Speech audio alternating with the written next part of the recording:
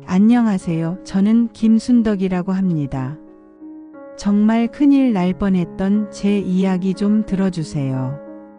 63년을 살아오면서 이런 끔찍한 일을 겪을 줄은 꿈에도 몰랐습니다. 그러나 지금 생각해보면 모든 징조는 이미 시작되고 있었죠. 그래서 더욱 소름이 끼치는 겁니다. 남편 병철이가 세상을 떠난 지 벌써 8개월이 지났습니다. 마당이 감나무가 노랗게 물들어가던 그 가을날, 갑작스러운 심장마비로 그이는 제 곁을 영영 떠났죠. 그 이후로 집안이 너무나 조용해졌고 결국 아들 태민이와의 연락도 점점 뜸해지기 시작했습니다. 태민이는 서울에서 회사를 다니고 있고 결혼한 지 3년 된 며느리 미영이와 함께 아파트에서 살고 있었습니다. 처음 미영이를 만났을 때부터 저는 묘한 불편함을 느꼈지만 그러나 그것이 단순한 시어머니의 질투심이라고 생각하며 애써 무시하려 했죠. 미영이는 외모도 빼어나고 말도 잘하는 여자였습니다. 그런데 이상하게도 그녀가 웃을 때마다 눈동자가 차갑게 느껴졌고 마치 얼음 조각처럼 투명하면서도 동시에 깊숙한 곳에 무언가를 숨기고 있는 것 같았죠. 특히 가족 얘기가 나오면 급작스럽게 화제를 돌리곤 했는데 그래서 저는 그녀에 대해 알고 있는 것이 거의 없었습니다. 시골 마을의 적막한 새벽이 되면 저는 홀로 마루에 앉아 서울에 있는 아들 가족을 그리워했습니다. 그러나 전화를 걸어도 태민이는 바쁘다는 말만 반복했고 며느리는 아예 전화를 받지 않는 경우가 많았죠. 그런 상황이 계속되자 저는 점점 더 외로움과 소외감을 느끼기 시작했습니다. 어느 날 밤 꿈에서 병철이를 만났습니다. 그이는 평소와 다르게 심각한 표정으로 저를 바라보며 말했죠. 순덕아, 조심해라. 우리 집안에 이상한 기운이 들어왔다. 꿈에서 깨어나자 온몸이 식은 땀으로 젖어 있었습니다. 그러나 그때까지만 해도 저는 그것을 단순한 악몽이라고 생각했고 남편을 그리워하는 마음이 만들어낸 환상이라고 치부하려 했죠. 하지만 그 꿈이 계속 반복되면서 결국 저는 더 이상 견딜 수가 없었습니다. 마침내 어느 주말 저는 용기를 내어 태민이에게 전화를 걸었습니다. 태민아, 엄마가 서울에 놀러 가도 될까? 아버지 돌아가신 후로 너무 적적해서. 태민이의 목소리는 평소보다 조금 망설이는 것 같았지만 그래도 환영한다고 말해 주었습니다. 그러나 며느리가 바쁘다며 집에서 멀리 나가지는 말라고 당부하더군요. 드디어 서울행 버스에 몸을 맡기면서 저는 가슴 한편에서 울리는 불안한 예감을 떨쳐버리려 애썼습니다. 그러나 창밖으로 스쳐 지나가는 풍경을 바라보면서도 마치 어떤 운명적인 사건을 향해 달려가고 있다는 느낌을 지울 수가 없었죠. 마치 거미줄에 걸린 나비처럼 이미 벗어날 수 없는 상황 속으로 빨려 들어가고 있다는 생각이 들었습니다. 버스 안의 에어컨 바람이 차갑게 목덜미를 스치면서 저는 무의식 중에 가방 안의 염주를 만지작거렸습니다. 그것은 시어머니에게서 물려받은 것으로 오랜 세월 동안 우리 가족을 지켜주었던 소중한 물건이었죠. 그런데 그날따라 염주가 유난히 차갑게 느껴졌고 마치 어떤 위험을 경고하는 것처럼 손끝에서 떨려오는 것을 느꼈습니다.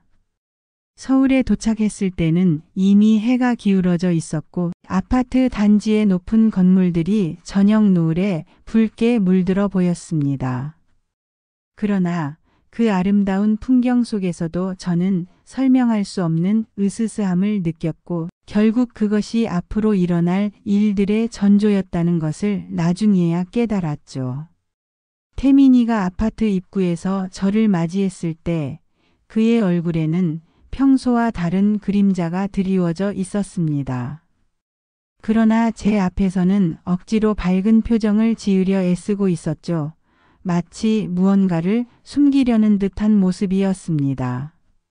어머니 오시느라 고생 많으셨어요. 태민이의 목소리에는 진심 어린 반가움보다는 어떤 의무감 같은 것이 섞여 있었습니다. 그래서 저는 가슴 한편이 서늘해지는 것을 느꼈지만 그러나 아들을 만난 기쁨이 더 컸기 때문에 그런 감정들을 애써 무시하려 했죠. 엘리베이터 안에서 태민이는 계속 핸드폰을 들여다보며 무언가를 확인하고 있었습니다. 저는 그의 옆 얼굴을 바라보면서 언제부터인가 제 아들의 얼굴에 깊은 피로가 새겨져 있다는 것을 발견했죠. 결혼 전만 해도 그렇게 밝고 활기찼던 아이가 이제는 마치 무거운 짐을 지고 있는 것처럼 어깨가 축 처져 있었습니다. 15층에서 엘리베이터 문이 열리자 복도 끝에서 미영이가 나타났습니다. 그녀는 평소와 다름없이 단정한 옷차림에 완벽한 화장을 하고 있었지만 그러나 저를 바라보는 눈빛에는 묘한 경계심이 서려 있었죠. 어머님 안녕하세요. 잘 오셨어요. 미영이의 인사는 너무나 완벽했습니다. 그런데 바로 그 완벽함이 오히려 부자연스럽게 느껴졌고 마치 연습된 대사를 읊는 것처럼 들렸죠. 그래서 저는 은연중에 그녀를 더 자세히 관찰하게 되었습니다. 집 안으로 들어서자마자 저는 깜짝 놀랐습니다. 마치 잡지에서 나온 것처럼 완벽하게 정리된 거실, 먼지 하나 없는 깨끗한 바닥, 그리고 마치 아무도 살지 않는 것처럼 정돈된 모든 것들이 오히려 섬뜩하게 느껴졌죠. 특히 거실 한편에 놓인 화분들은 모두 똑같은 높이로 배치되어 있었고 잎사귀 하나하나까지도 완벽한 대칭을 이루고 있었습니다. 참 깨끗하게 잘 치워놨구나. 제가 칭찬의 말을 건네자 미영이의 입가에 미소가 번졌습니다. 그런데 그 미소가 눈까지 전해지지 않아서 마치 가면을 쓴 것처럼 어색해 보였죠. 정리정돈을 좋아해서요. 어머님, 짐 정리하시고 쉬세요. 미영이는 그렇게 말하고는 주방으로 사라졌습니다. 그때 저는 우연히 그녀의 손을 보게 되었는데 손목 부근에 붉은 실 같은 것이 감겨 있는 것을 발견했죠. 처음에는 단순한 액세서리라고 생각했지만 그런데 그 실에서는 묘한 기운이 느껴졌습니다. 태민이가 안내해준 방은 작은 서재였는데 평소에는 쓰지 않는 것 같았습니다. 그래서 공기도 약간 탁하고 곰팡이 냄새 같은 것도 살짝 났죠.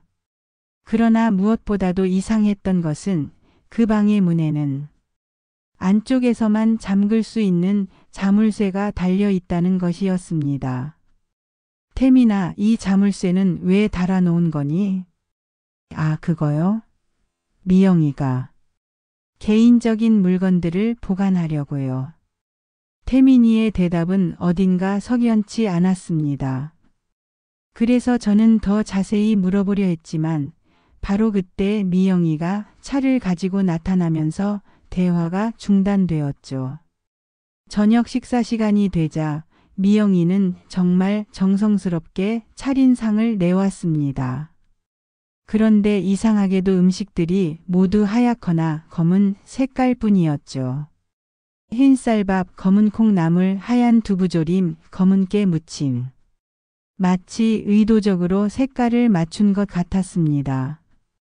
미영아, 음식이 참 특이하네. 왜 이렇게 색깔을 맞춘 거니? 그냥 건강에 좋다고 해서요. 미영이의 대답 역시 어딘가 이상했습니다. 그리고 식사 내내 그녀는 계속 저를 관찰하고 있었고 특히 제가 음식을 얼마나 먹는지를 유심히 지켜보고 있었죠. 마치 어떤 실험을 하고 있는 것처럼 말입니다. 식사를 마치고 거실에 앉아 있을 때 저는 아파트 곳곳에서 이상한 소리가 나는 것을 들었습니다.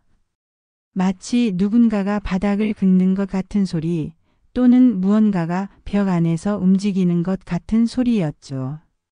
그래서 태민이에게 물어봤지만 그는 오래된 아파트라 그런 소리가 난다고 대수롭지 않게 말했습니다. 그러나 밤이 깊어갈수록 그 소리들은 점점 더 선명해졌고 결국 저는 잠을 이룰 수가 없었습니다. 특히 새벽 3시쯤에는 복도에서 발걸음 소리가 들려왔는데 그것은 사람의 걸음걸이가 아닌 것처럼 너무나 규칙적이고 기계적이었죠. 침대에 누워 천장을 바라보면서 저는 마치 거대한 거미줄에 걸린 것 같은 답답함을 느꼈습니다. 그리고 어디선가 계속 저를 지켜보고 있다는 느낌을 떨쳐버릴 수가 없었죠. 마치 보이지 않는 눈들이 방 안 곳곳에 숨어 있으면서 제 모든 움직임을 감시하고 있는 것 같았습니다. 다음 날 아침 저는 일찍 잠에서 깨어났습니다. 새벽 5시쯤이었는데 집 안은 아직 고요했지만 그러나 어딘가에서 희미한 웅얼거리는 소리가 들려오고 있었죠. 처음에는 꿈인 줄 알았지만 귀를 기울여 보니 분명히 실제 소리였습니다. 소리의 출처를 찾기 위해 조심스럽게 방문을 열고 복도로 나갔습니다. 그런데 이상하게도 미영이의 방에서 희미한 불빛이 새어나오고 있었고 동시에 마치 중얼거리는 듯한 소리가 계속 들려왔죠. 저는 호기심을 참을 수 없어서 그 방문 앞까지 다가가 보았습니다. 삼신 할머니께서 지켜주소서. 이 집의 기운을 제가 다스리게 해주소서. 미영이의 목소리였습니다. 그런데 평소와는 완전히 다른, 마치 다른 사람이 된 것처럼 낮고 음침한 톤이었죠. 그래서 저는 깜짝 놀라서 뒷걸음질을 쳤고 그 바람에 복도의 작은 화분이 바닥에 떨어지면서 큰 소리가 났습니다. 순간 방 안의 소리가 뚝 멈췄습니다. 그리고 얼마 지나지 않아 방문이 열리면서 미영이가 나타났죠. 그녀의 얼굴은 창백했고 눈동자는 평소보다 훨씬 더 차가워 보였습니다. 어머님, 무슨 일이세요? 아, 미안하다. 화장실 가려다가 그만. 저는 얼떨결에 거짓말을 했습니다. 그런데 미영이는 저를 계속 의심스러운 눈으로 바라보더니 마침내 차가운 목소리로 말했죠.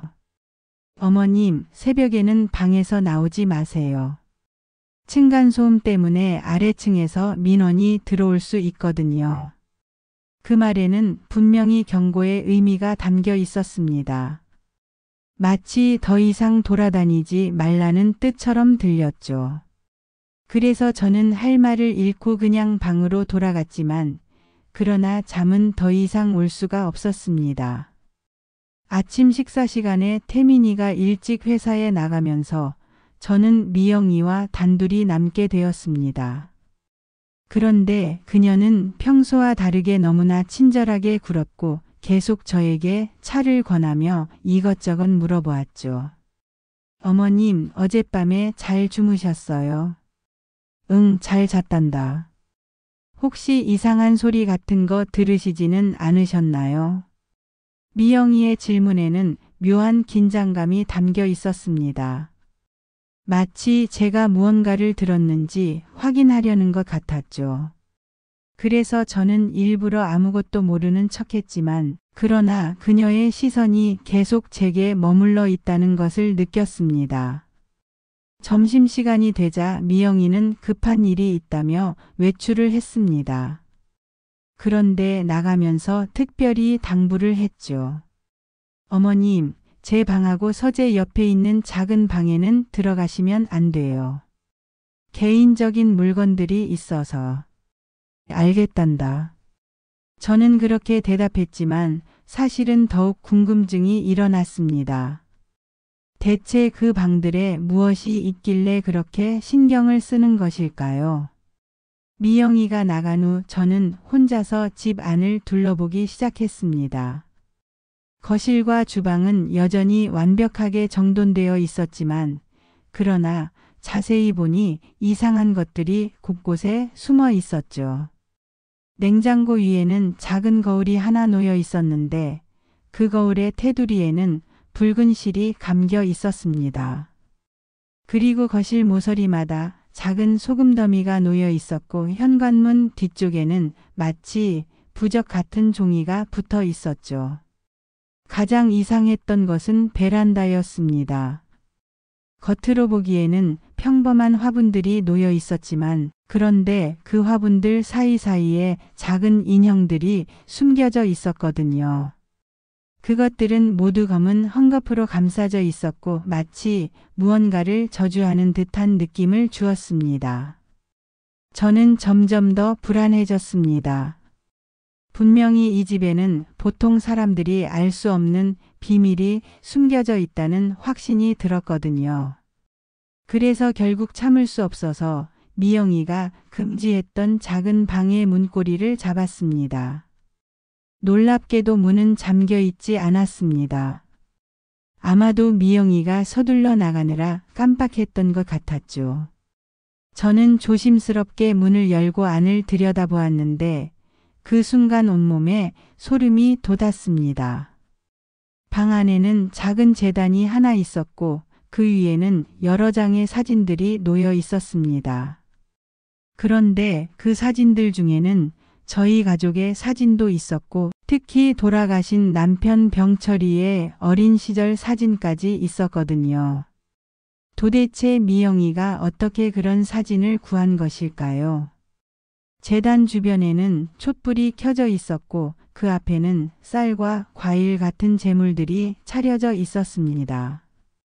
그리고 벽에는 한자로 쓰인 부적들이 빼곡히 붙어 있었는데 제가 알아볼 수 있는 글자는 복속, 지배 같은 무서운 단어들 뿐이었죠.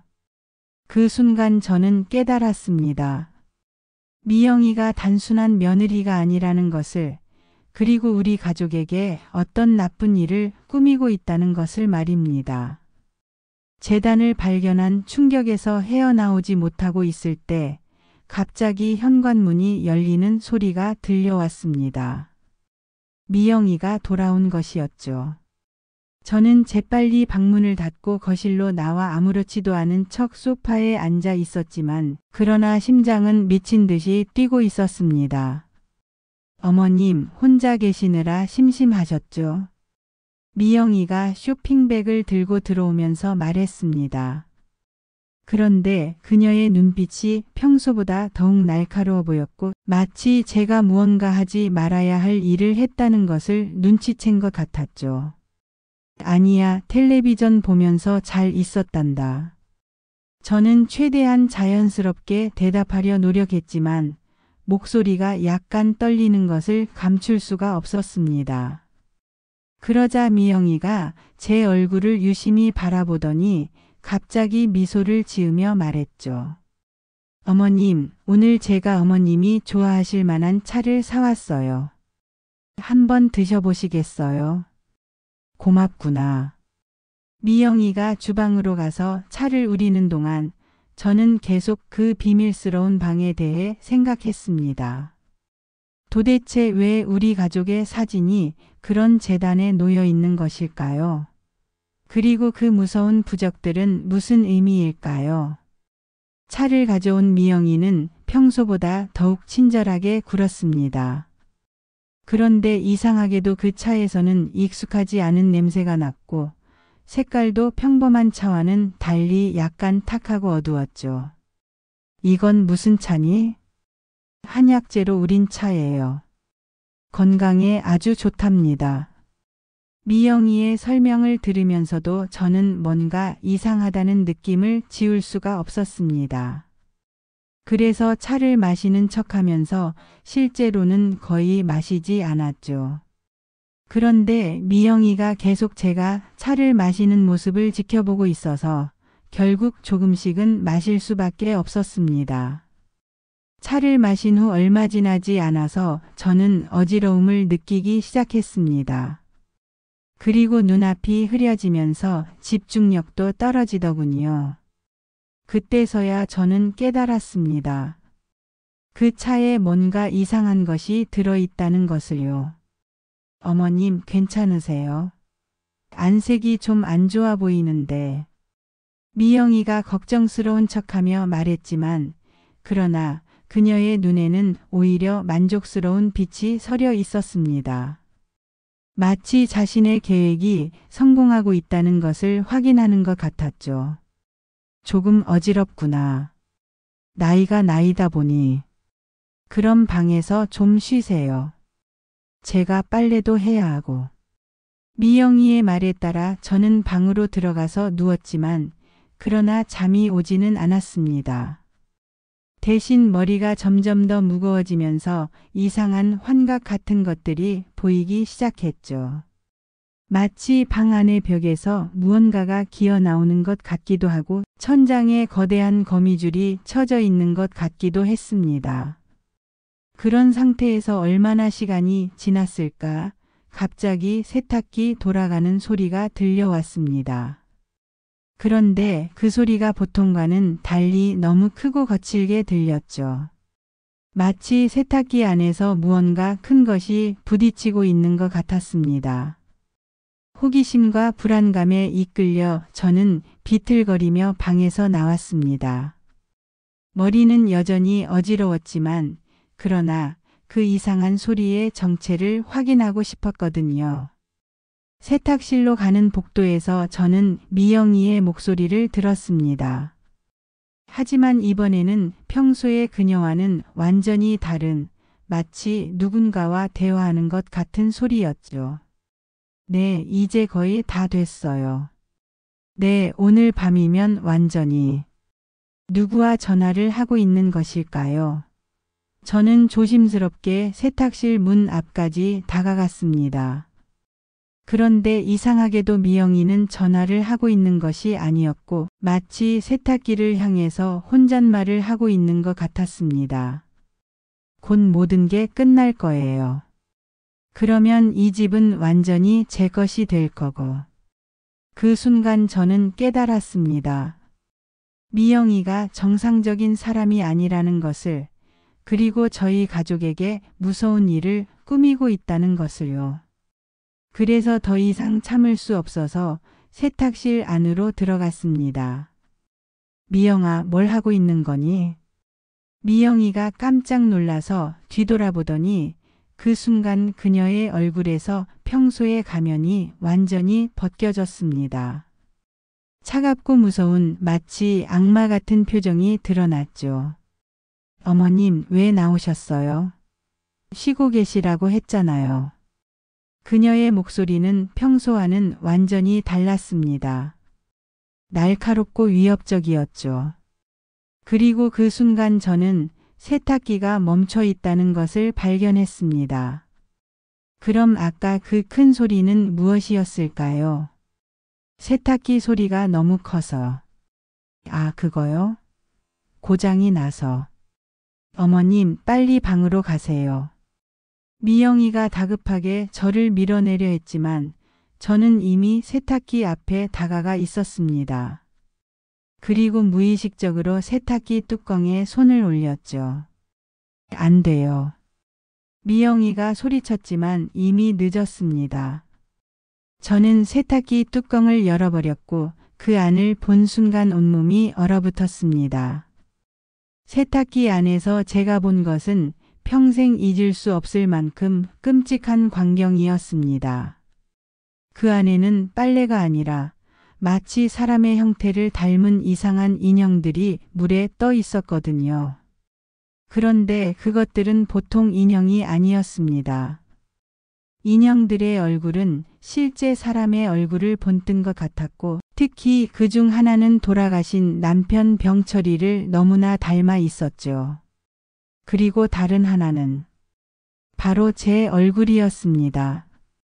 머리카락도 제 머리카락과 똑같은 색깔이었고 심지어 제가 평소에 입던 옷까지 입혀져 있었습니다. 이게 뭐니? 저는 떨리는 목소리로 물었습니다. 그런데 미영이는 대답 대신 세탁기 뚜껑을 닫으려고 했죠. 하지만 저는 그녀의 손을 뿌리치고 다시 뚜껑을 열었습니다. 더 자세히 보니 인형들의 몸속에는 무언가가 들어 있었습니다. 인형의 배 부분이 찢어져 있었는데 그 안에서 머리카락과 손톱 같은 것들이 보였거든요. 그리고 그 머리카락은 제 머리카락과 똑같았습니다. 미영아, 이게 도대체 뭔지 설명해라. 저는 더 이상 참을 수 없어서 소리쳤습니다. 그러자 미영이의 얼굴이 완전히 변했죠. 평소에 온순한 며느리가 아니라 마치 다른 사람이 된 것처럼 차갑고 무서운 표정을 짓고 있었습니다. 어머님이 보실 게 아니었는데. 뭐가 보실 게 아니야? 내 인형을 왜 만들어 놨어? 그리고 이 머리카락은 누구 거야? 미영이는 한동안 아무 말도 하지 않고 저를 바라보고만 있었습니다. 그런데 그 시선이 너무나 섬뜩해서 마치 제가 이미 죽은 사람을 보고 있는 것 같다는 느낌이 들었죠. 어머님께서 자꾸 궁금해 하시니까 말씀드릴게요. 미영이가 천천히 입을 열었습니다. 그 목소리는 평소와는 완전히 달랐고 마치 수백 년을 산 늙은 여자의 목소리 같았죠. 그건 어머님을 위한 거예요. 어머님이 이 세상을 떠나실 때 영원히 길을 잃지 않도록 도와드리려고. 무슨 소리야?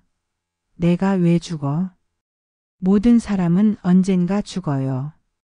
하지만 어머님은 좀 더 빨리 가시게 될 거예요. 그 순간 저는 온몸에 소름이 돋았습니다. 미영이가 저를 죽이려 한다는 것을 깨달았거든요. 그래서 재빨리 세탁실에서 나가려고 했지만 미영이가 문을 막아섰습니다. 어딜 가세요? 이제 시작인데. 비켜. 태민이한테 말할 거야. 태민이요? 태민이는 이미 제 편이에요. 어머님이 뭘 말해도 믿지 않을 거예요. 미영이의 말에는 확신이 서려 있었습니다. 마치 이미 모든 것을 계획해 놓은 것처럼 침착하기까지 했죠. 태민이가 뭘 안다고. 태민이는 어머님이 치매에 걸렸다고 생각하고 있어요. 요즘 들어 이상한 말씀을 많이 하신다고 환각도 보신다고. 제가 계속 그렇게 말해왔거든요. 그 순간 저는 모든 것을 이해했습니다. 왜 태민이가 최근에 저를 바라보는 시선이 이상했는지, 왜 제 말을 믿지 않으려 하는지를 말입니다. 미영이가 이미 태민이를 세뇌시켜 놓았던 것이죠. 너는 도대체 뭐야? 저요. 저는 그냥 이 집의 새로운 주인이에요. 미영이가 씩 웃었습니다. 그런데 그 웃음이 너무나 소름 끼쳤고 마치 인간의 웃음이 아닌 것 같았죠. 저는 필사적으로 세탁실에서 빠져나가려고 했습니다. 그런데 이상하게도 다리에 힘이 들어가지 않았고 머리도 계속 어지러웠거든요. 분명히 아까 마신 그 차 때문이었습니다. 어머님, 괜찮으세요? 많이 힘드시죠? 미영이가 가짜로 걱정하는 목소리를 냈지만 그러나 그녀의 눈에는 만족스러운 빛이 가득했습니다. 뭘 먹인 거야? 그냥 잠시 쉬시라고. 몸에 해로운 건 아니에요. 다만 좀 더 순해지실 거예요. 미영이가 제 팔을 잡고 방으로 데려가려고 했습니다. 그런데 그 순간 현관문이 열리는 소리가 들렸죠. 여보, 일찍 왔어. 태민이의 목소리였습니다. 저는 마지막 힘을 다해서 소리쳤습니다. 태민아, 도와줘. 그러자 미영이가 재빨리 제 입을 막으면서 속삭였죠. 쓸데없는 짓 하지 마세요. 태민이는 어머님 말을 믿지 않을 거예요. 오히려 어머님이 정신병자로 취급받을 뿐이에요. 하지만 저는 포기할 수 없었습니다. 이것은 단순히 제 목숨만의 문제가 아니었거든요. 만약 미영이의 계획이 성공한다면 태민이도 결국 그녀의 손에 넘어가고 말 테니까요. 태민이가 세탁실로 들어왔을 때 미영이는 이미 완벽하게 연기를 시작하고 있었습니다. 그녀는 제 앞에서 걱정스러운 표정을 짓고 있었고 마치 정말로 저를 돌보고 있는 효부인 것처럼 보였죠. 여보, 어머님이 갑자기 어지러워하시면서 이상한 말씀을 하세요. 엄마, 괜찮으세요? 태민이가 다가와서 제 이마에 손을 대며 걱정스럽게 말했습니다. 그런데 그의 눈빛에는 이미 의심의 빛이 서려 있었죠. 마치 제가 정말로 이상한 사람이 되었다고 생각하는 것 같았습니다. 태민아, 들어봐. 미영이가. 저는 간절한 마음으로 말을 시작했지만 미영이가 재빨리 끼어들었습니다. 어머님이 아까부터 계속 이상한 얘기를 하세요. 세탁기 안에 인형이 있다고, 제가 뭔가 나쁜 짓을 한다고. 엄마, 정말 그런 말씀을 하셨어요? 태민이의 목소리에는 실망감이 섞여 있었습니다. 마치 제가 정말로 정신이 이상해졌다고 생각하는 것 같았죠. 아니야, 태민아. 정말로 세탁기 안에. 저는 필사적으로 세탁기를 가리켰습니다. 그런데 태민이가 뚜껑을 열어보자 그 안에는 평범한 빨래만 들어 있었습니다. 아까 제가 본 그 끔찍한 인형들은 어디로 갔을까요? 엄마, 여기 빨래밖에 없잖아요. 아니야. 분명히 아께는. 어머님, 너무 놀라셨나 봐요. 아까 차를 마시시고 나서 계속 어지러워하셨거든요. 미영이가 마치 정말로 걱정하는 것처럼 말했습니다. 그런데 그녀가 태민이를 바라보는 눈빛에서 저는 묘한 신호 같은 것을 느꼈죠. 마치 둘 사이에 이미 짜여진 각본이 있는 것 같았습니다. 여보, 어머님을 방으로 모시고 가세요. 제가 저녁 준비할게요. 알겠어. 엄마, 가서 좀 쉬세요. 태민이가 제 팔을 잡고 방으로 데려가면서 말했습니다. 그런데 그 손길이 평소와는 달리 차갑고 기계적으로 느껴졌죠. 방에 도착해서 태민이와 단둘이 있을 때 저는 마지막으로 한 번 더 시도해 보았습니다. 태민아, 엄마 말 좀 들어봐. 미영이가 정말로. 엄마, 그만해요. 태민이의 목소리가 갑자기 차가워졌습니다. 그리고 그가 저를 바라보는 눈빛에는 이미 포기와 실망이 가득했죠. 미영이가 뭘 했다는 거예요? 엄마를 위해서 이렇게 정성껏 돌봐주는데. 아니야, 태민아. 미영이는. 엄마, 요즘 들어서 너무 이상한 말을 많이 하세요. 미영이가 무슨 나쁜 짓을 한다고, 집안에 이상한 것들이 있다고. 태민이의 말을 들으면서 저는 깨달았습니다. 미영이가 얼마나 치밀하게 계획을 세웠는지를 말입니다. 그녀는 이미 오래전부터 태민이에게 제가 정신적으로 이상하다는 인식을 심어 놓았던 것이죠. 태민아, 엄마가 언제부터 이상한 말을 했다고 생각해? 글쎄요.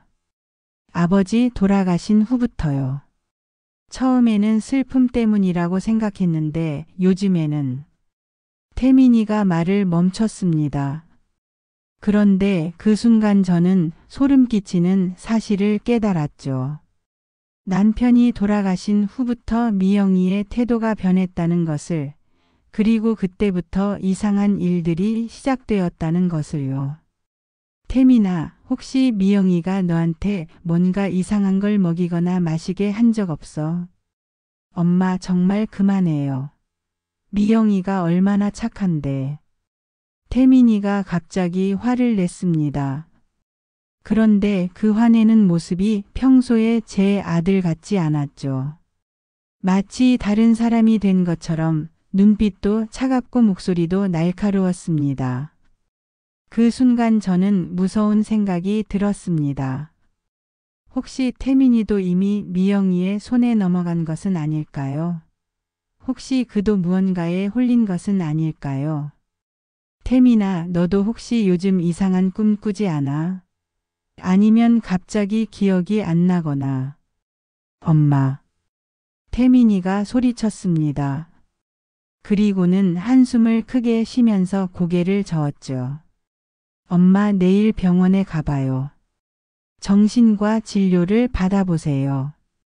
그 말을 들은 순간 저는 모든 희망을 잃었습니다. 제 아들마저도 이미 미영이의 편이 되어버렸다는 것을 확실히 알았거든요. 그래, 알겠다. 저는 더 이상 아무 말도 하지 않기로 했습니다. 어차피 아무도 제 말을 믿지 않을 거니까요. 하지만 포기한 것은 아니었습니다. 다른 방법을 찾아야 했거든요. 태민이가 방을 나간 후 저는 혼자 침대에 누워서 계획을 세웠습니다. 우선 증거를 찾아야 했어요. 미영이가 무슨 짓을 하고 있는지, 어떻게 태민이를 조종하고 있는지를 밝혀내야 했습니다. 그런데 그때 문득 한 가지 생각이 났습니다. 시골에서 함께 지내던 친구 수진이가 무당을 아는 것 같다고 했던 말을요. 혹시 미영이가 하고 있는 일이 무속과 관련된 것이라면 전문가의 도움이 필요할지도 모르겠다는 생각이 들었습니다. 그날 밤은 정말 길고 고통스러웠습니다. 저는 한숨도 자지 못하고 천장만 바라보며 계속 생각에 잠겨 있었죠. 그러다가 새벽 4시쯤 복도에서 이상한 소리가 들려오기 시작했습니다. 발걸음 소리였는데 그런데 사람의 걸음걸이가 아니었어요. 너무나 규칙적이고 기계적이어서 마치 로봇이나 인형이 걷는 것 같았죠. 그리고 그 소리는 계속 제 방문 앞에서 멈춰서서 한참 동안 머물러 있다가 다시 사라지곤 했습니다. 가장 무서웠던 것은 새벽 5시쯤이었어요. 갑자기 방문이 천천히 열리기 시작했거든요. 저는 숨을 죽이고 누워서 지켜봤는데 문틈새로 미영이의 하얀 잠옷이 보였습니다. 그런데 그녀는 방 안으로 들어오지는 않고 그냥 문 앞에 서서 저를 바라보고만 있었어요. 얼마나 오랫동안 그러고 있었는지 모르지만 마침내 문이 다시 천천히 닫혔을 때는 온몸이 식은 땀으로 젖어 있었습니다. 아침이 되자 저는 서둘러 짐을 챙겼습니다. 더 이상 이 집에 머물러 있으면 정말로 위험하다는 생각이 들었거든요. 그런데 거실로 나가자 미영이가 이미 아침 식사를 준비하고 있었습니다. 어머님, 안 주무셨나 봐요. 얼굴이 많이 안 좋으세요. 미영이의 목소리는 여전히 친절했지만 그러나 그녀의 눈빛은 차갑기만 했습니다. 마치 제가 밤새 무엇을 했는지 다 알고 있다는 듯한 시선이었죠. 응, 잘 잤단다. 그런데 나는 오늘 집에 가야겠다. 벌써요? 좀 더 계시다 가시면 안 될까요? 미영이가 만류했지만 저는 이미 마음을 정했습니다. 하지만 그냥 돌아갈 수는 없었어요. 반드시 진실을 밝혀내야 했거든요. 그래도 아침은 드시고 가세요. 특별히 어머님을 위해 준비한 거예요. 미영이가 내놓은 음식들을 보는 순간 저는 또다시 소름이 돋았습니다. 어제와 마찬가지로 모든 음식이 하얗거나 검은 색깔이었거든요. 그리고 그 중에서도 특히 이상한 것은 검은 물로 끓인 미역국이었습니다.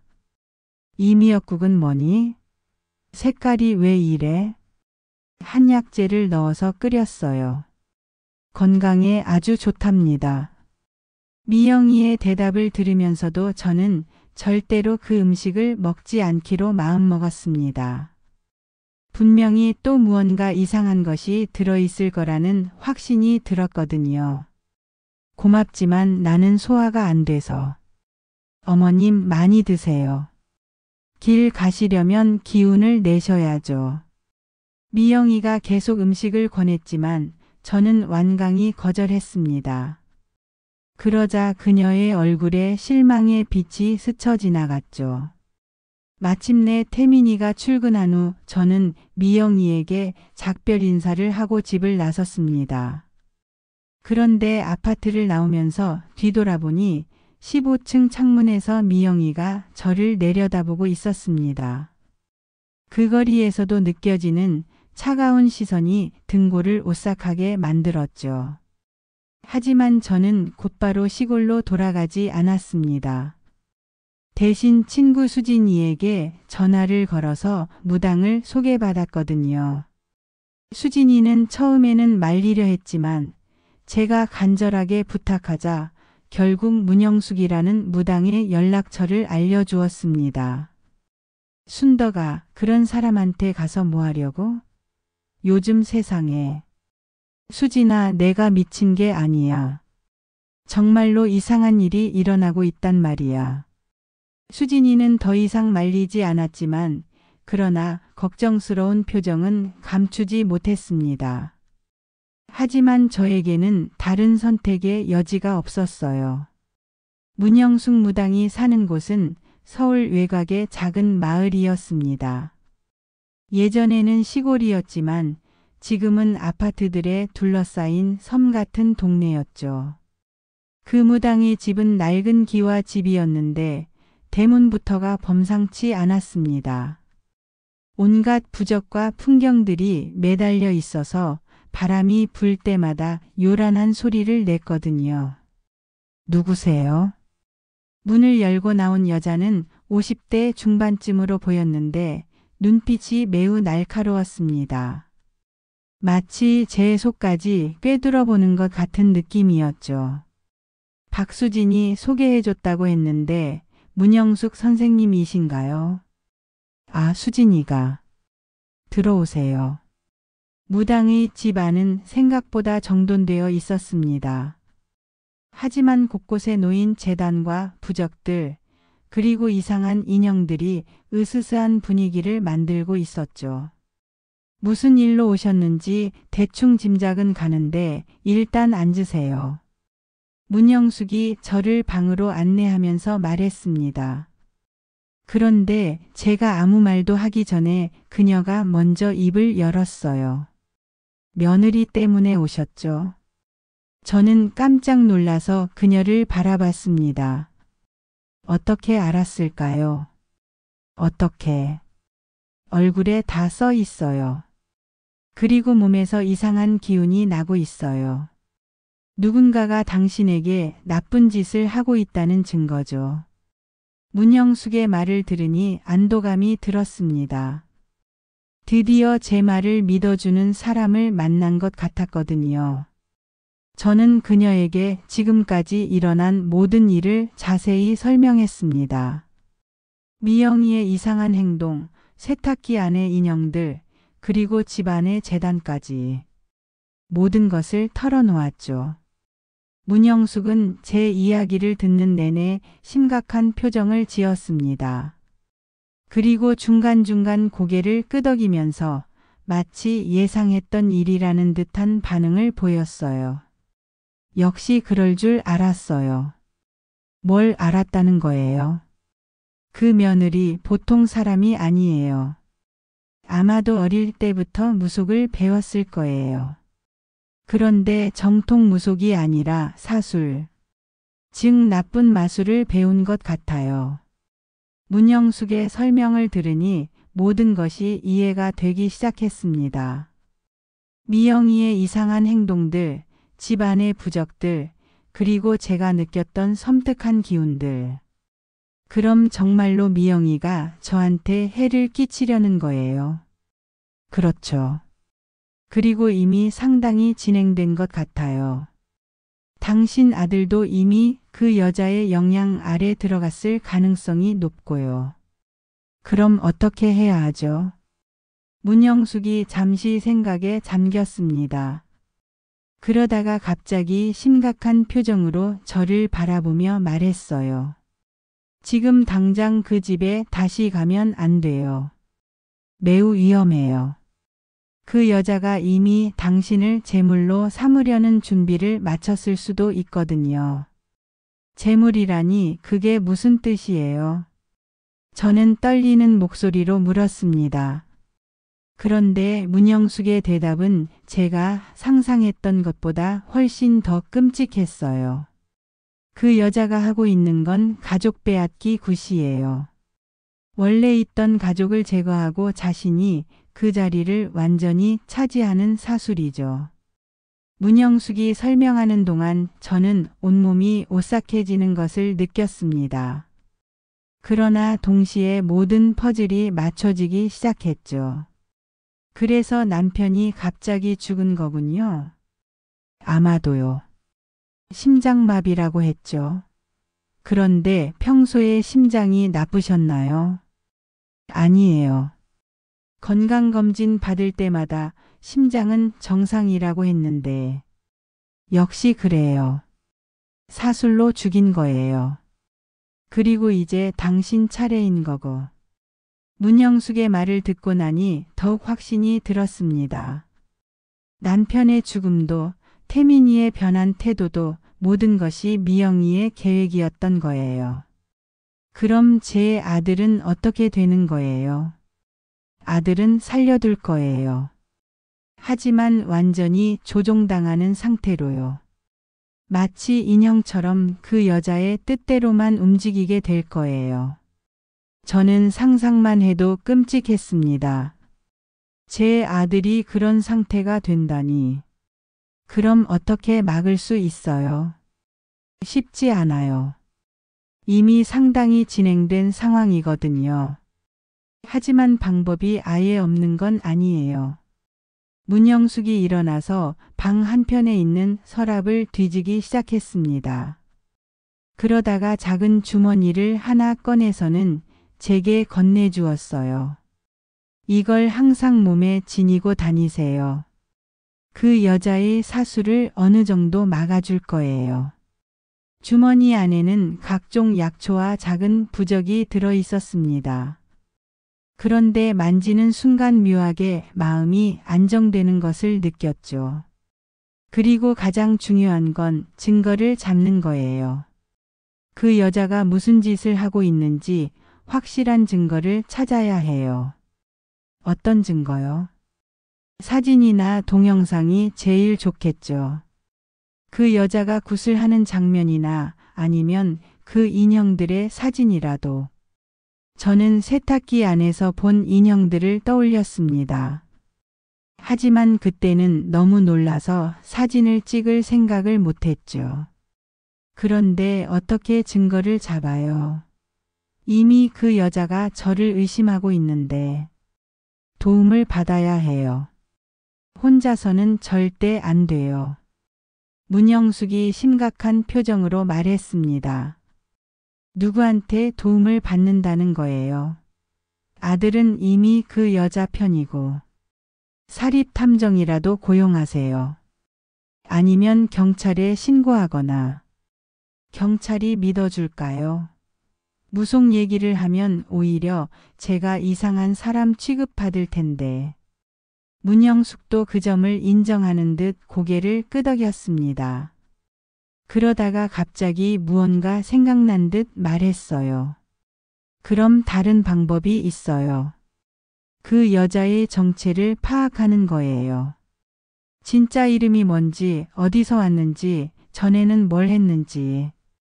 어떻게 알아내죠? 제가 아는 사람 중에 그런 일을 전문으로 하는 사람이 있어요. 강철호라는 사립탐정인데 이런 일의 경험이 많아요. 문영숙이 메모지에 전화번호를 적어주었습니다. 이분한테 연락해 보세요. 그리고 절대로 혼자서 그 집에 다시 가면 안 돼요. 정말 위험해요. 문영숙과 헤어진 후 저는 곧바로 강철호라는 사립탐정에게 전화를 걸었습니다. 처음에는 믿기 어렵다는 반응이었지만 문영숙이 소개했다고 하니까 만나자고 했어요. 사립탐정 사무실은 서울 시내의 작은 건물 3층에 있었습니다. 강철호는 50대 초반의 남자로 날카로운 눈빛이 인상적이었어요. 무당이 소개했다니 처음이네요. 그런데 정말 그런 일이 있을까요? 저도 믿기 어렵지만 직접 겪고 있는 일이에요. 저는 다시 한번 모든 상황을 설명했습니다. 강철호는 제 말을 들으면서 계속 메모를 했고 중요한 부분에서는 추가 질문을 하기도 했어요. 우선 그 며느리에 대해 조사해보죠. 박미영이라고 하셨죠? 나이는? 31살이라고 했는데 정확한지는 모르겠어요. 결혼 전 직업은? 그것도 잘 모르겠어요. 회사를 다닌다고는 했는데. 강철호가 고개를 끄덕였습니다. 알겠어요. 일단 신상 정보부터 파악해 보겠습니다. 며칠 시간을 주세요. 얼마나 걸릴까요? 빠르면 3-4일, 늦어도 일주일 안에는 뭔가 나올 거예요. 사립탐정과 계약을 마친 후 저는 마침내 시골집으로 돌아왔습니다. 그런데 집에 도착하자마자 이상한 기분이 들었어요. 마치 누군가가 제가 없는 사이에 집 안을 뒤졌다는 느낌이었거든요. 실제로 집 안을 살펴보니 미묘하게 달라진 점들이 있었습니다. 서랍의 위치, 책장의 책들 순서, 심지어 냉장고 안의 물건들까지. 모든 것이 조금씩 바뀌어 있었어요. 그날 밤 저는 문영숙이 준 부적을 꼭 쥐고 잠자리에 들었습니다. 그런데 새벽에 이상한 꿈을 꾸었어요. 미영이가 제 집에 나타나서 무언가를 찾고 있는 꿈이었죠. 꿈에서 깨어나자 온몸이 식은땀으로 젖어 있었습니다. 그리고 창밖을 보니 정말로 누군가가 제 집 주위를 서성이고 있는 것 같았어요. 창밖의 그림자를 확인하려고 조심스럽게 다가갔을 때 저는 정말로 누군가가 제 집 담장 너머에 서 있는 것을 발견했습니다. 어둠 속에서 희미하게 보이는 실루엣이었지만 그러나 분명히 사람의 형태였죠. 심장이 미친 듯이 뛰기 시작했습니다. 혹시 미영이가 저를 찾아온 것일까요? 아니면 그녀가 보낸 누군가일까요? 저는 문영숙이 준 부적을 더욱 꽉 쥐고 숨을 죽인 채 그 그림자의 움직임을 지켜봤어요. 몇 분이 지나자 그 그림자가 천천히 사라지기 시작했습니다. 하지만 저는 안심할 수 없었어요. 분명히 누군가가 저를 감시하고 있다는 확신이 들었거든요. 다음 날 아침 저는 마을 이장님인 김만식 씨를 찾아갔습니다. 그분은 70이 넘으셨지만 여전히 정정하셨고 마을에서 일어나는 모든 일을 꿰뚫고 계시는 분이었어요. 만식 아버지, 어젯밤에 우리 집 근처에서 수상한 사람 보신 분 없으세요? 수상한 사람? 무슨 일이야, 순덕아? 저는 자세한 사정은 말하지 않고 그냥 도둑이 될까 봐 걱정된다고 했습니다. 그랬더니 김만식 씨가 고개를 끄덕이더군요. 아, 그런데 말이야. 며칠 전부터 마을에 낯선 차가 자주 보였어. 서울 번호판이었는데. 어떤 차요? 검은색 승용차였는데 운전하는 사람은 젊은 여자더라고. 그런데 이상하게 계속 내 집 앞만 서성거리고 있었어. 김만식 씨의 말을 듣고 나니 소름이 돋았습니다. 분명히 미영이었을 거예요. 혹시 번호판 기억하세요? 번호는 못 봤지만 차 뒤쪽에 하트 모양 스티커가 붙어 있었어. 그 순간 저는 확신했습니다. 미영이의 차에도 똑같은 스티커가 붙어 있었거든요. 집으로 돌아오는 길에 강철호 탐정에게서 전화가 왔습니다. 할머님, 일단 예비조사 결과가 나왔어요. 만나서 얘기해야 할 것 같은데 뭔가 이상한 점을 발견하신 거예요. 네, 상당히 이상해요. 일단 만나서 자세히 말씀드릴게요. 강철호와 만난 곳은 시내의 작은 찻집이었습니다. 그는 두꺼운 파일을 가져와서 제 앞에 펼쳐놓았어요. 박미영이라는 이름으로는 제대로 된 기록을 찾기가 어려웠어요. 무슨 뜻이에요? 주민등록상으로는 분명히 존재하는 사람이에요. 하지만 그 이전 기록들이 너무 깔끔해요. 마치 누군가가 의도적으로 정리해 놓은 것 같다는 느낌이 들어요. 강철호가 서류들을 하나씩 보여주면서 설명했습니다. 예를 들어 학교 기록이나 직장 기록들이 있기는 한데 실제로 확인해 보니 그 학교나 회사에서는 그런 사람을 기억하지 못하겠다는 거예요. 그럼 가짜 신분이라는 말씀이에요. 완전히 가짜는 아니에요. 하지만 상당 부분이 조작되었을 가능성이 높아요. 강철호가 다른 서류를 꺼내면서 말했습니다. 그리고 더 이상한 건 박미영이라는 이름으로 결혼신고를 한 게 이번이 처음이 아니에요. 뭐라고요? 5년 전에 부산에서 한 번, 7년 전에 대구에서 한 번. 모두 박미영이라는 이름으로 결혼신고를 했다가 얼마 안 되어서 배우자가 사망했어요. 저는 충격을 받았습니다. 그럼 미영이가 이미 다른 남자들을 죽였다는 뜻이었거든요. 그 남자들은 어떻게 죽었나요? 모두 심장마비로 갑작스럽게 사망했어요. 그리고 공교롭게도 그 남자들의 어머니들도 얼마 후에 사고나 병으로 세상을 떠났고요. 강철호의 말을 듣고 나니 온몸에 소름이 돋았습니다. 미영이가 정말로 연쇄적으로 가족들을 죽여온 것이었어요. 경찰에 신고해야 하는 거 아니에요. 그게 문제예요. 모든 죽음이 자연사나 사고사로 처리되어서 수사가 이루어지지 않았어요. 그리고 지금까지는 연결고리를 찾지 못했고요. 그럼 어떻게 해야 하죠? 확실한 증거를 잡아야 해요. 현행범으로 잡지 않으면 법적으로는 어쩔 수 없어요. 강철호가 제게 작은 카메라를 건네주었습니다. 이걸로 그 여자가 무슨 짓을 하는지 촬영하세요.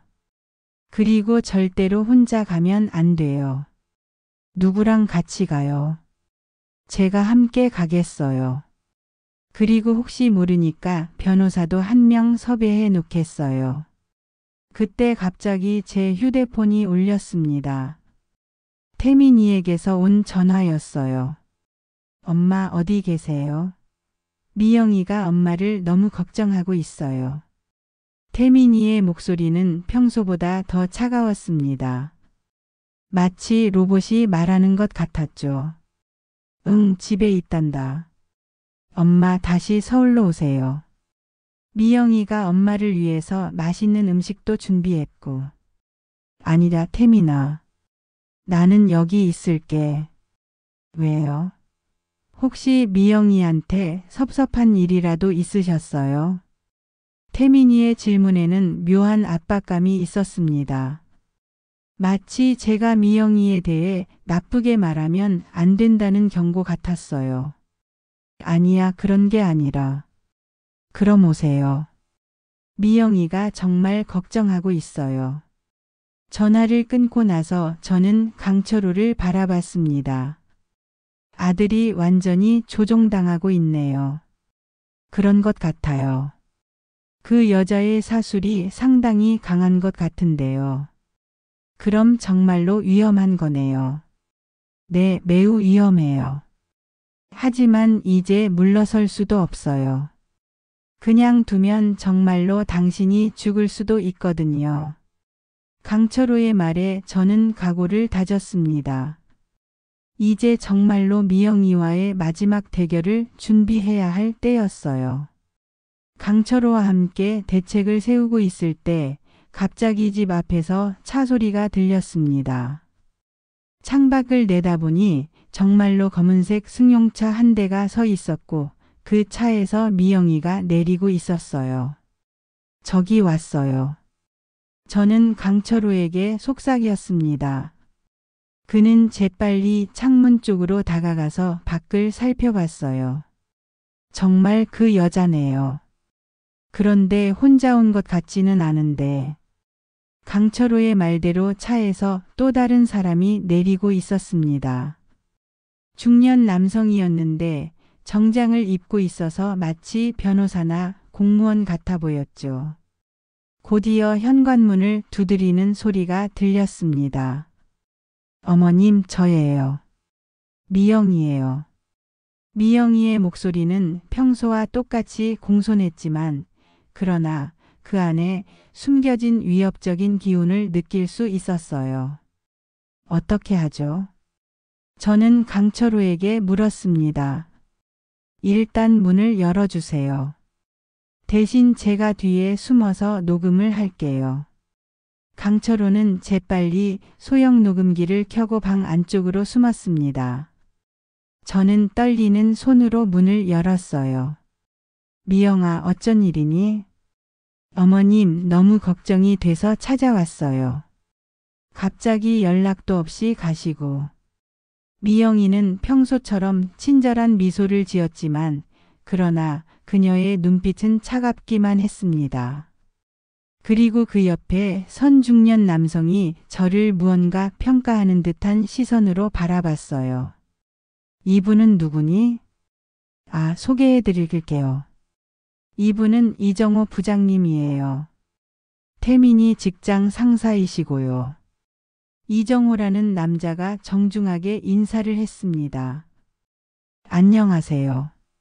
태민이가 어머니 걱정을 많이 해서 함께 왔습니다. 그래요. 들어오세요. 저는 어쩔 수 없이 두 사람을 거실로 안내했습니다. 그런데 미영이가 집 안을 둘러보는 모습이 범상치 않았어요. 마치 무언가를 찾고 있는 것 같았죠. 어머님, 혹시 몸이 편찮으세요? 안색이 안 좋아 보이는데. 아니야, 괜찮단다.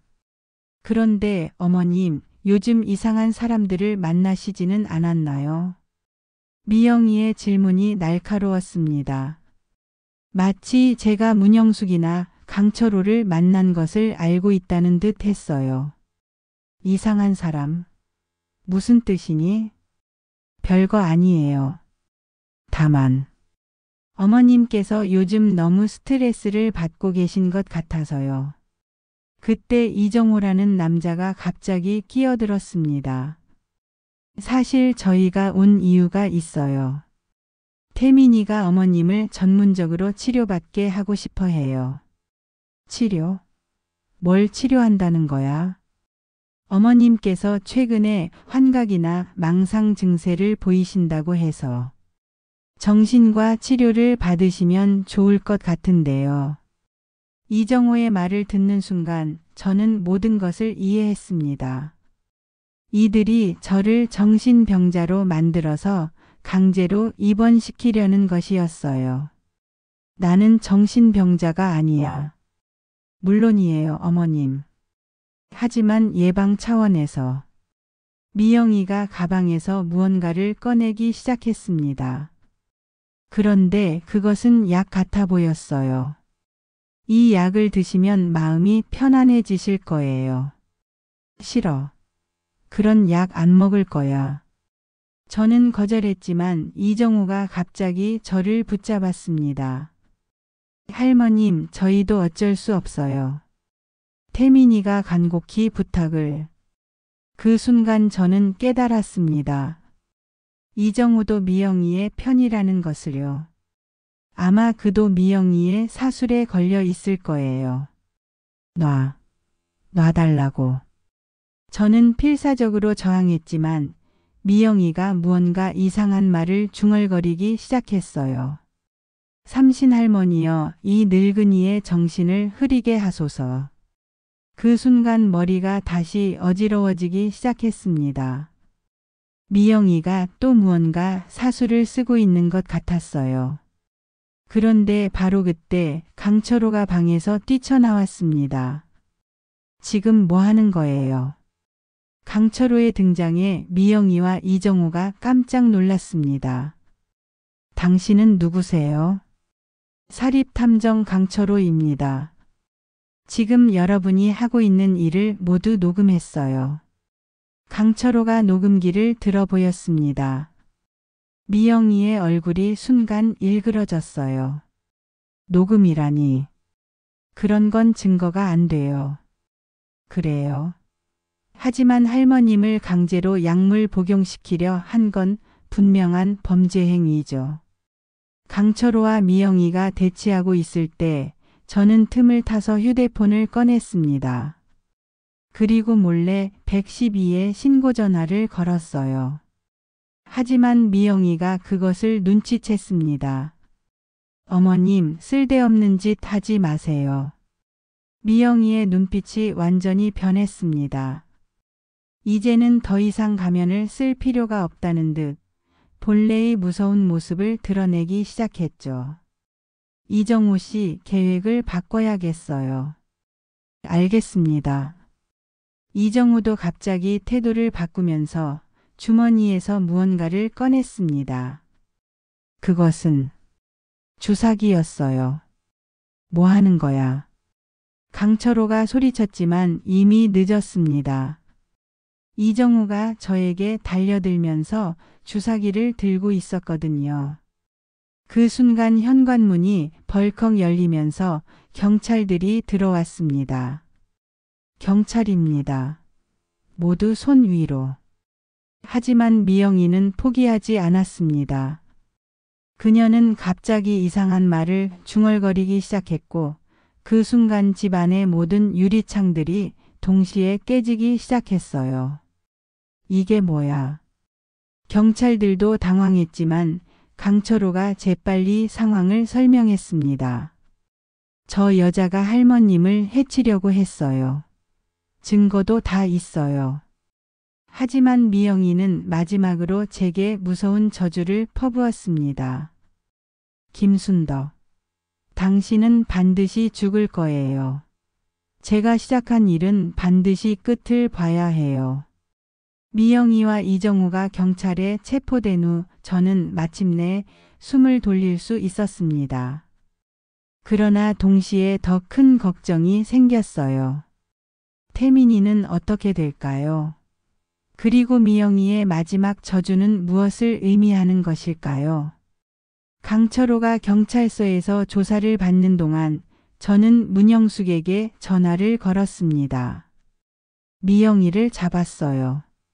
하지만 마지막에 무서운 말을 했는데 어떤 말이요? 저를 반드시 죽이겠다고 시작한 일은 끝을 봐야 한다고. 문영숙이 한참 침묵했습니다. 그러다가 심각한 목소리로 말했어요. 그 여자가 체포되었다고 해서 끝난 게 아니에요.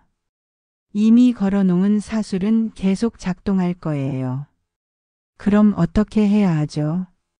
그 여자가 만든 모든 사술 도구들을 찾아서 없애야 해요.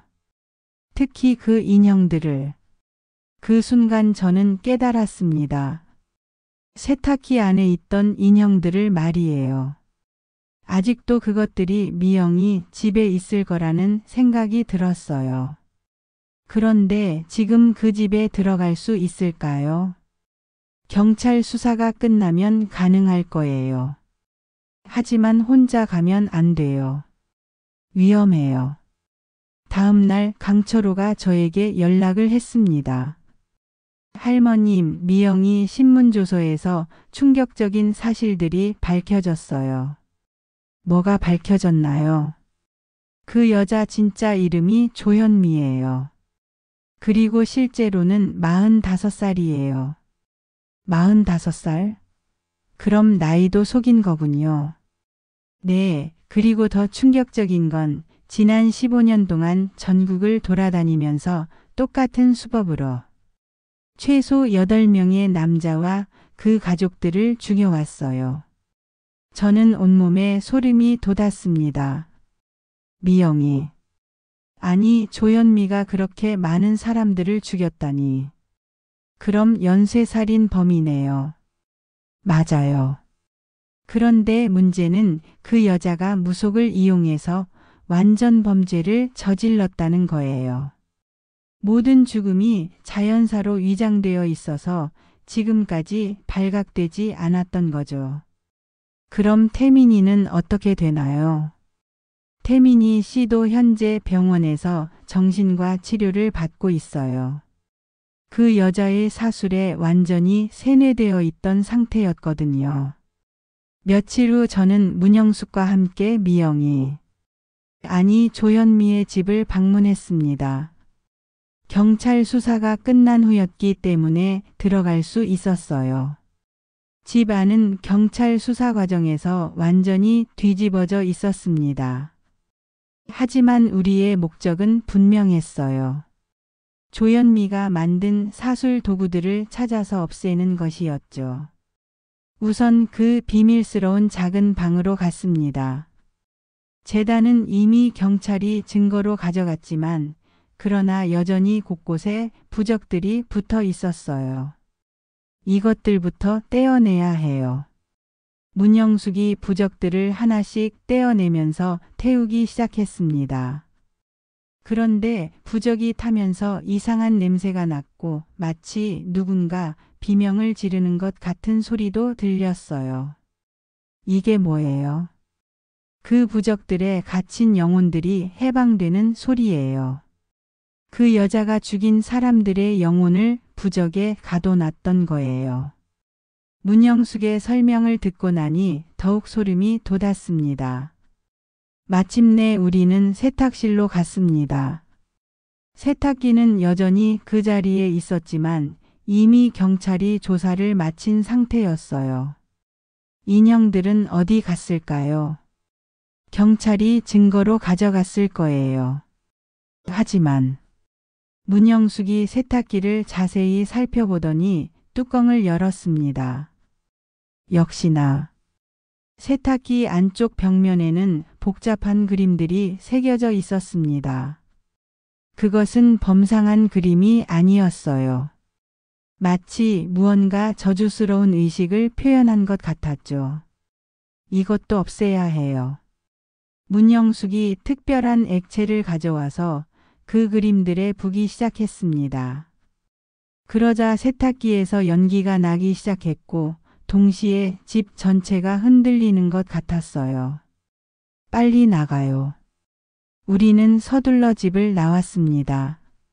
그런데 밖에서 돌아보니 조현미의 집에서 이상한 불빛이 번쩍이고 있었어요. 이제 끝났나요? 아직 아니에요. 가장 중요한 게 남았어요. 뭐가 남았다는 거예요? 그 여자가 당신에게 건 마지막 저주를 풀어야 해요.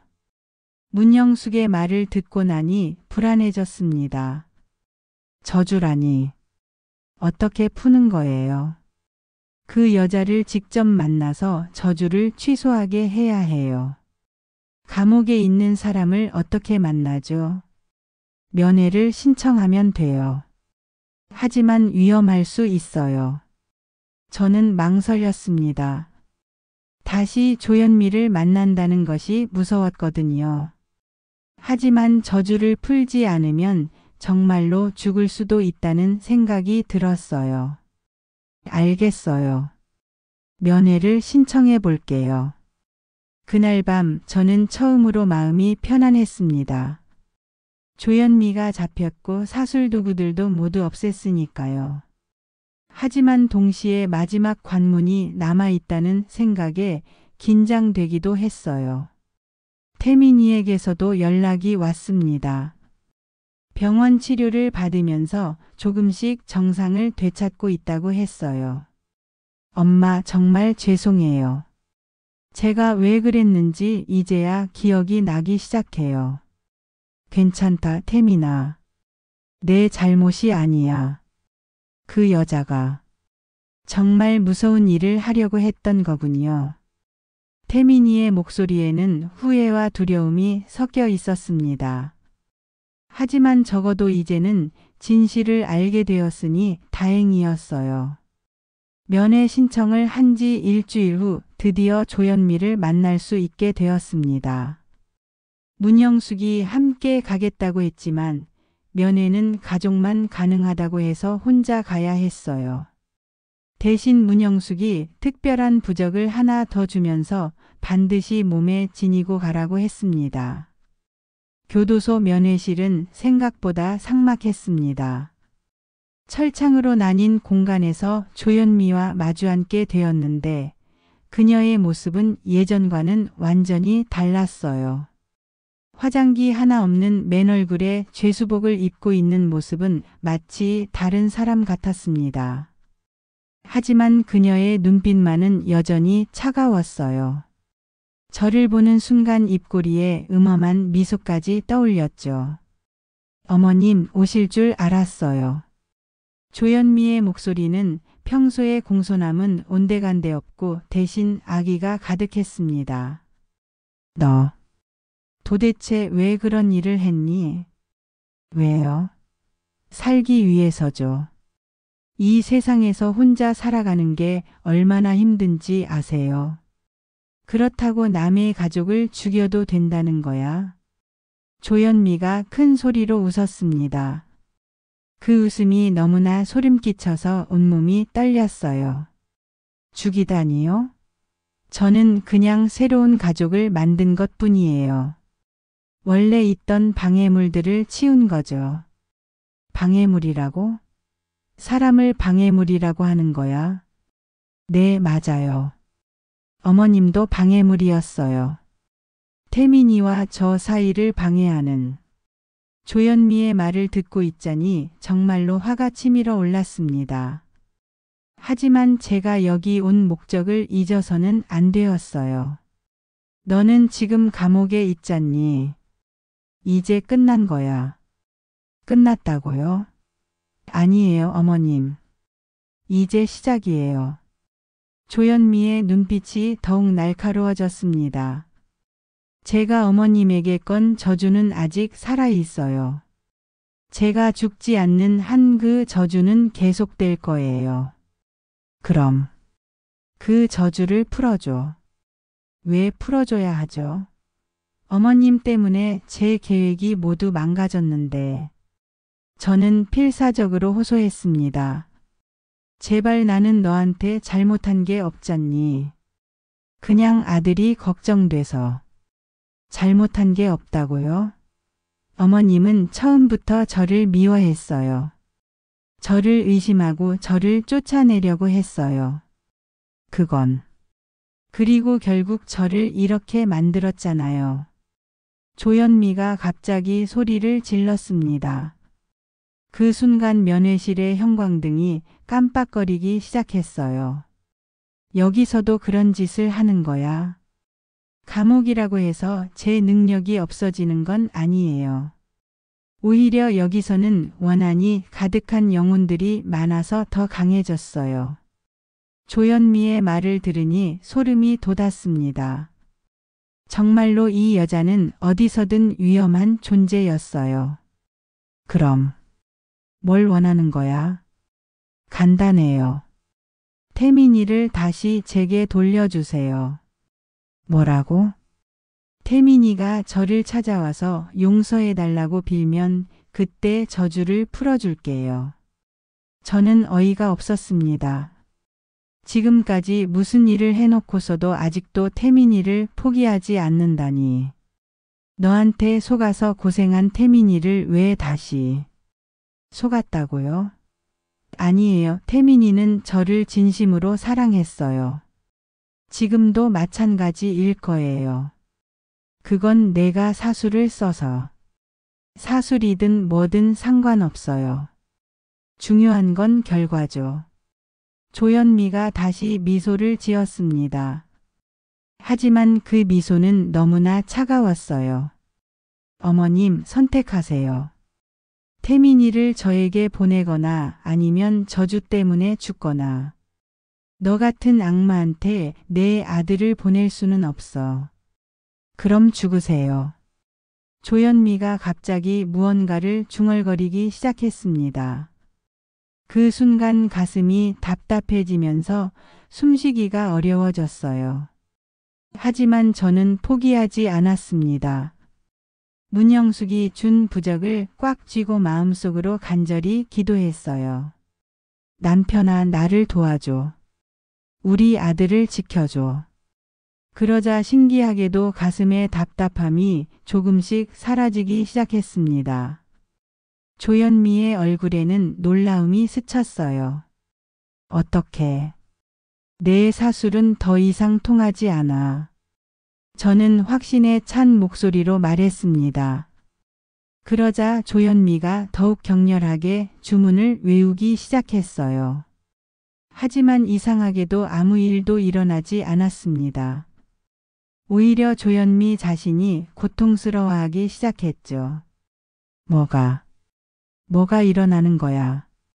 내가 지금까지 죽인 사람들의 영혼이 너를 찾아온 거야. 정말로 조현미 주변에 이상한 기운이 맴돌기 시작했습니다. 마치 보이지 않는 손들이 그녀를 잡아 끌고 있는 것 같았어요. 아니야. 이럴 수는 없어. 조현미가 비명을 지르면서 발버둥쳤지만 그 기운은 점점 더 강해졌습니다. 이제 끝이야. 제가 그렇게 말하자 조현미가 마지막으로 저를 바라봤습니다. 그 눈빛에는 더 이상 악의가 아니라 두려움이 가득했어요. 용서해줘. 하지만 이미 늦었습니다. 조현미는 그대로 정신을 잃고 쓰러졌어요. 면회실에 교도관들이 들어왔고 조현미는 의료진에게 인계되었습니다.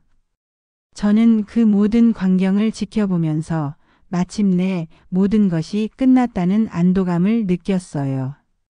조현미와의 마지막 대결이 끝난 후 저는 완전히 지쳐서 집으로 돌아왔습니다.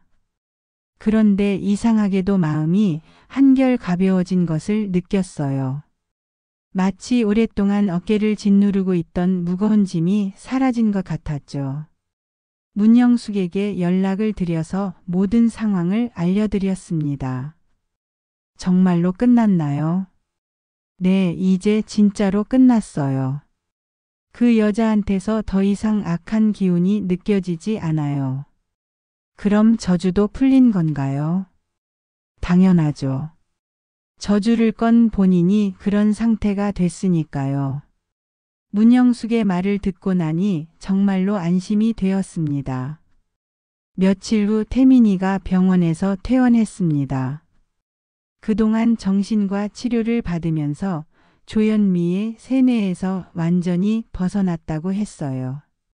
엄마, 정말 죄송해요. 제가 그 여자에게 완전히 속아서. 태민이는 저를 만나자마자 눈물을 흘리면서 사과했습니다. 하지만 저는 그런 아들이 안쓰럽기만 했어요. 괜찮다, 태민아. 내 잘못이 아니야. 그 여자가 워낙 교활했으니까.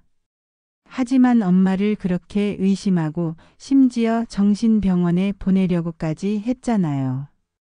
그것도 다 그 여자가 시킨 일이었잖니. 이제 다 지나간 일이야. 태민이와 함께 시골집에서 며칠을 보내면서 저는 그동안의 일들을 차근차근 정리할 수 있었습니다. 정말로 끔찍한 일이었지만 결국 모든 것이 잘 해결되었다는 것이 다행이었어요. 강철호 탐정도 찾아와서 후속 처리에 대해 설명해 주었습니다. 조현미는 현재 정신병동에 입원해 있어요. 의식은 돌아왔지만 계속 이상한 말을 중얼거리고 있다고 해요. 무슨 말을요? 죽은 사람들이 자신을 괴롭힌다고 밤마다 나타나서 복수한다고. 완전히 정신이 이상해진 것 같아요. 그럼 재판은 어떻게 되나요? 정신 감정을 받고 있지만 연쇄살인 혐의는 변하지 않을 거예요. 다만 정신병동에서 치료를 받으면서 복역하게 될 것 같아요. 강철호의 말을 들으니 조현미가 받을 마땅한 처벌을 받게 될 것 같아서 다행이었습니다. 그리고 할머님께 좋은 소식이 있어요. 무슨 소식인가요? 그 여자의 다른 피해자 유가족들이 할머님께 감사 인사를 전하고 싶어 해요. 할머님 덕분에 진실이 밝혀졌다고. 저는 그런 말을 들으니 마음이 복잡했습니다. 다른 분들도 저처럼 끔찍한 일을 겪었을 텐데 그분들과 만날 수 있을까요? 물론이죠. 다들 할머님을 꼭 만나고 싶어 하세요.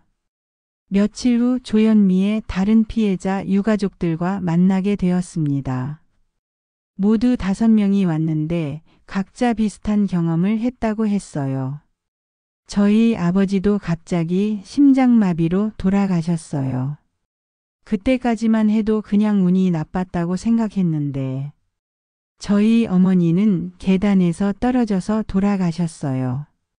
사고라고 생각했지만 지금 생각해보니 그분들의 이야기를 들으면서 저는 조현미가 얼마나 많은 가족을 파괴했는지 새삼 깨달았습니다.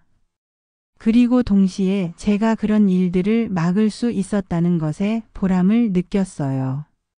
할머님 덕분에 저희도 진실을 알 수 있었어요. 정말 감사해요. 아니에요. 저도 우연히 알게 된 거예요. 우연이 아니에요. 할머님의 용기 때문이에요. 그분들과 이야기를 나누면서 저는 이 모든 일이 단순한 우연이 아니라는 생각이 들었습니다. 마치 돌아가신 남편이 저를 도와서 이 일을 해결할 수 있게 해준 것 같았어요. 집으로 돌아와서 남편의 영정사진을 바라보며 말했습니다. 여보 고마워요. 당신이 도와줘서 우리 태민이도 구하고 다른 사람들도 도울 수 있었어요. 그 순간 바람이 없는데도 커튼이 살짝 흔들리는 것을 보았습니다. 마치 남편이 대답하는 것 같았어요. 태민이도 완전히 회복되어서 다시 직장에 나가게 되었습니다. 다만 예전 회사는 그만두고 새로운 곳으로 이직했어요. 이정호처럼 조현미의 사술에 걸린 동료들이 있을 수 있다고 생각해서였죠. 엄마 이제 정말로 새롭게 시작할 수 있을 것 같아요. 그래 태민아. 우리 모두 새 출발하자. 며칠 전에는 놀라운 소식도 들었습니다. 조현미가 정신병원에서 갑자기 사망했다는 것이었어요. 공식적으로는 심장마비라고 했지만 병원 직원들은 이상한 일이 있었다고 했습니다. 그날 밤에 조현미가 계속 누군가와 싸우는 것 같았대요. 혼자 있었는데도 마치 여러 명이 자신을 공격한다고 비명을 지르면서. 문영숙의 말을 들으니 조현미가 자신이 죽인 사람들의 영혼들에게 결국 복수를 당한 것 같았습니다. 이제 정말로 모든 게 끝난 거네요. 네, 완전히 끝났어요. 이제 할머님도 평안하게 사실 수 있어요. 조현미의 죽음을 확인한 후 저는 마침내 마음의 평안을 찾을 수 있었습니다. 더 이상 두려워할 필요도 없고 걱정할 이유도 없었어요. 태민이가 새로운 여자친구를 소개하겠다고 했을 때도 저는 두려움 없이 만날 수 있었습니다. 이번에는 정말로 착하고 순수한 여자였어요. 어머님 안녕하세요. 최유리라고 해요. 그래요, 반가워요. 우리 태민이 잘 부탁해요. 유리는 태민이의 회사 동료였는데 조현미와는 정반대의 성격이었습니다. 밝고 솔직하고 무엇보다도 진짜 태민이를 사랑하고 있다는 것이 느껴졌어요. 이번에는 정말 좋은 사람을 만난 것 같구나. 네, 엄마. 저도 그렇게 생각해요. 태민이의 얼굴에는 예전의 밝은 미소가 돌아와 있었습니다. 조현미 때문에 잃었던 본래의 모습을 되찾은 것 같아서 정말 기뻤어요. 그로부터 1년이 흘렀습니다. 계절이 한 바퀴 돌아서 다시 가을이 되었을 때 저는 마당의 감나무를 바라보며 지난 일들을 되돌아보곤 했습니다. 남편이 떠나간 그 가을부터 시작된 악몽 같은 시간들이 마침내 완전히 끝났다는 것을 실감하면서 말이죠. 태민이와 유리는 지난 봄에 결혼을 했습니다. 이번에는 정말로 아름답고 따뜻한 결혼식이었어요. 유리의 가족들도 모두 좋은 분들이었고 무엇보다도 두 사람이 서로를 진심으로 사랑한다는 것이 모든 순간에서 느껴졌습니다. 결혼식 당일 저는 조현미와 처음 만났던 그때를 떠올렸습니다. 그때도 결혼식이었지만 지금 생각해보니 모든 것이 얼마나 어색하고 부자연스러웠는지 모르겠어요. 진짜 사랑과 가짜 사랑의 차이를 이렇게 확실히 느껴본 적이 없었습니다. 어머님, 정말 행복해요. 유리가 저에게 다가와서 말했을 때 그 눈빛에서 거짓을 찾을 수 없었습니다. 맑고 투명한 정말로 행복한 사람의 눈빛이었죠. 조현미의 차갑고 계산적인 눈빛과는 천지 차이였어요. 유리야, 너도 행복하고 우리 태민이도 행복하게 해줘서 고마워. 저야말로 이런 좋은 가족의 일원이 되어서 감사해요. 유리는 정말로 진심을 다해서 우리 가족을 받아들여 주었습니다. 그리고 무엇보다도 저를 진짜 어머니처럼 생각해 주었어요. 조현미가 가면을 쓰고 연기했던 것과는 차원이 다른 진짜 가족의 정이었습니다. 문영숙 선생님도 결혼식에 참석해 주셨습니다. 그분 덕분에 이 모든 일을 해결할 수 있었거든요. 이번에는 정말 좋은 기운이 느껴져요. 앞으로 이 가족에게는 좋은 일만 있을 거예요. 정말인가요? 물론이에요. 그리고 할머님도 이제 진정한 평안을 찾으셨어요. 문영숙의 말을 들으니 정말로 마음이 놓였습니다. 강철호 탐정도 결혼식에 와주셨어요. 그분 덕분에 조현미의 정체를 밝힐 수 있었으니까요. 할머님 덕분에 제가 큰 사건을 해결할 수 있었어요. 연쇄살인범을 잡는다는 게 쉬운 일이 아닌데 제가 뭘 했다고요. 그냥 운이 좋았을 뿐이에요. 운이 아니에요. 할머님의 용기와 끈기 때문이에요. 그분의 말을 들으면서 저는 이 모든 일이 저에게 큰 교훈을 주었다는 것을 깨달았습니다. 때로는 가장 가까운 사람이 가장 위험한 적일 수 있다는 것, 그리고 진실을 포기하지 않고 끝까지 추구하는 것이 얼마나 중요한지를 배웠죠. 지난 여름에는 조현미의 다른 피해자 유가족들과 함께 추모식을 열기도 했습니다. 그분들이 잃은 가족들을 위한 작은 추모제였는데 참석한 모든 사람들이 눈물을 흘렸어요. 이제라도 진실이 밝혀져서 다행이에요. 우리 가족들이 헛되이 죽지 않았네요. 그분들의 말을 들으면서 저는 이 일이 단순히 저만의 문제가 아니었다는 것을 다시 한번 느꼈습니다.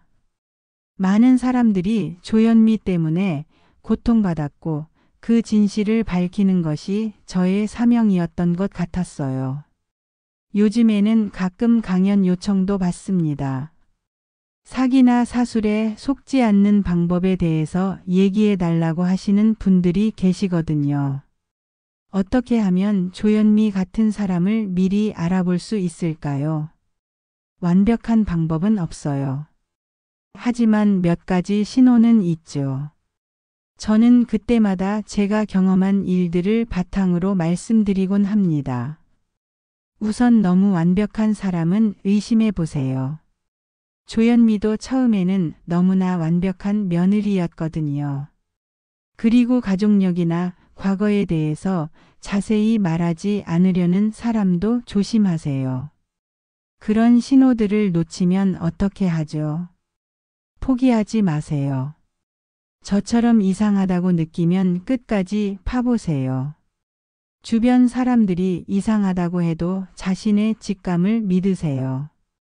강연을 할 때마다 제가 가장 강조하는 것은 직감의 중요성입니다.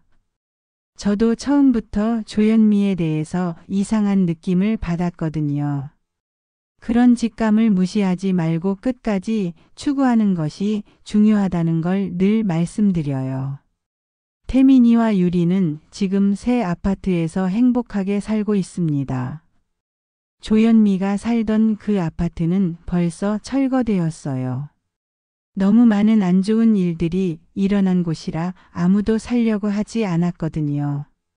엄마, 곧 좋은 소식이 있을 거예요.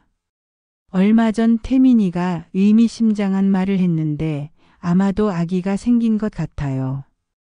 유리도 요즘 부쩍 조심스럽게 행동하거든요.